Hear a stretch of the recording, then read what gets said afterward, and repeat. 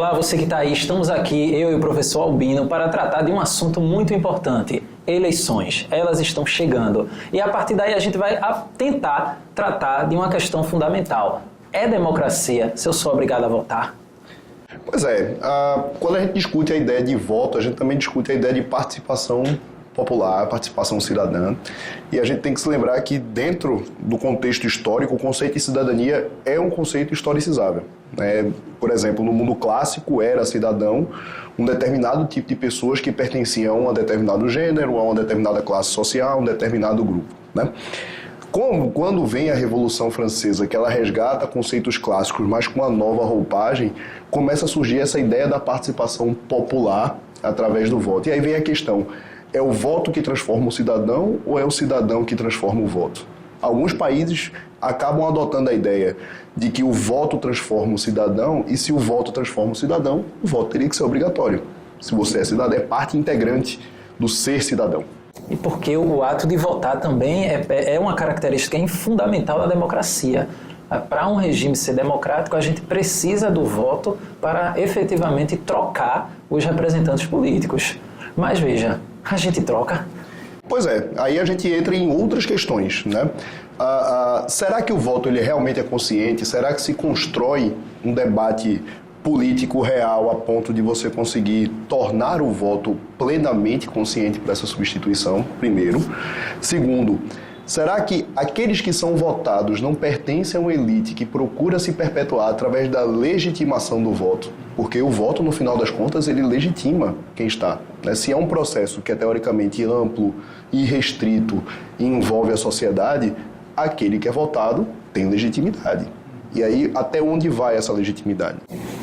E aí a gente tem que parar para pensar o que é que motiva alguém a ir para as urnas. Se é sentimento, se é razão. Porque muitas vezes, quando você vai observar a forma como os candidatos eles apresentam as propostas e, por assim dizer, o fã-clube de cada candidato, você tem muitos elementos emocionais ali. O cara que está lá está votando por causa da esperança que pode mudar o Brasil. O outro que está ali tá com o voto de protesto porque não aguenta mais a corrupção. Mas será, então, que não há razão no sentido racional da coisa na hora que se vota? Talvez haja, talvez não, talvez no fundo seja só sentimento, né? Talvez o que a gente chame de razão seja só uma forma travestida de sentimento.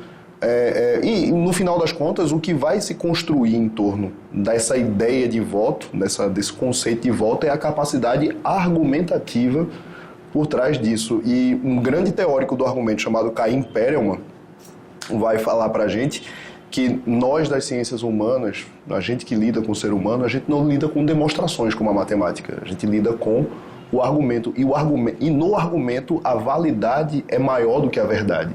Um argumento ele pode ser válido, mas não necessariamente verdadeiro. Você pode explicar por A mais B argumentativamente para uma pessoa porque determinada postura mais à direita ou mais à esquerda é válida como solução. Mas será que ela é válida para a solução em todos os casos?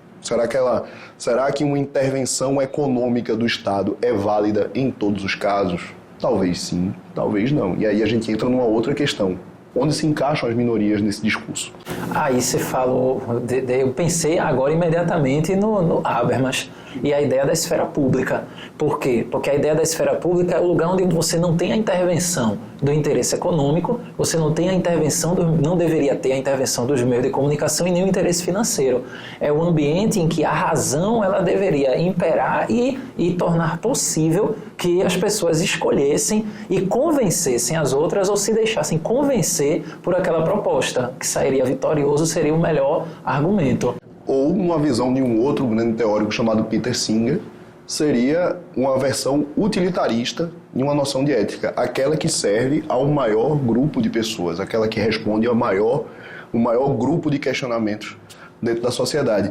É um tema bastante complexo que não se resume simplesmente a frases curtas de efeito ou a memes. E esse é o problema do meme, ele tem uma incrível capacidade de reduzir situações e possibilidades mais complexas, né?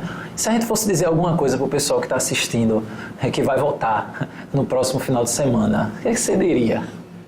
O voto é um instrumento de consciência e é um instrumento que depende amplamente do seu comportamento diante da sociedade. Então, se analise aqueles que estão em volta de você e considere se aquele perfil de candidato ou aquelas ideias realmente corroboram com a sua visão de mundo. Isso. Pensando sempre na repercussão disso aí. É pensar que a minha escolha ela não pode ser sobre mim, ela deve ser sobre mim ou a partir de mim e para outras pessoas, para a sociedade como um todo. Então, é para você que vai votar. Bom, pessoal, é isso aí. Lembrem, nesse domingo e nas próximas votações que vierem, que o voto ela é a ferramenta que você, como cidadão, tem para se posicionar no mundo das decisões políticas. No mais, deem uma olhadinha lá no Vai Cair no Enem, tem ótimas dicas. Sigam o professor Salviano Feitosa, qual é o seu? Salviano Feitosa. Ou então o professor Albino Dantas, o Albino_Dantas no Instagram. Ok, isso aí.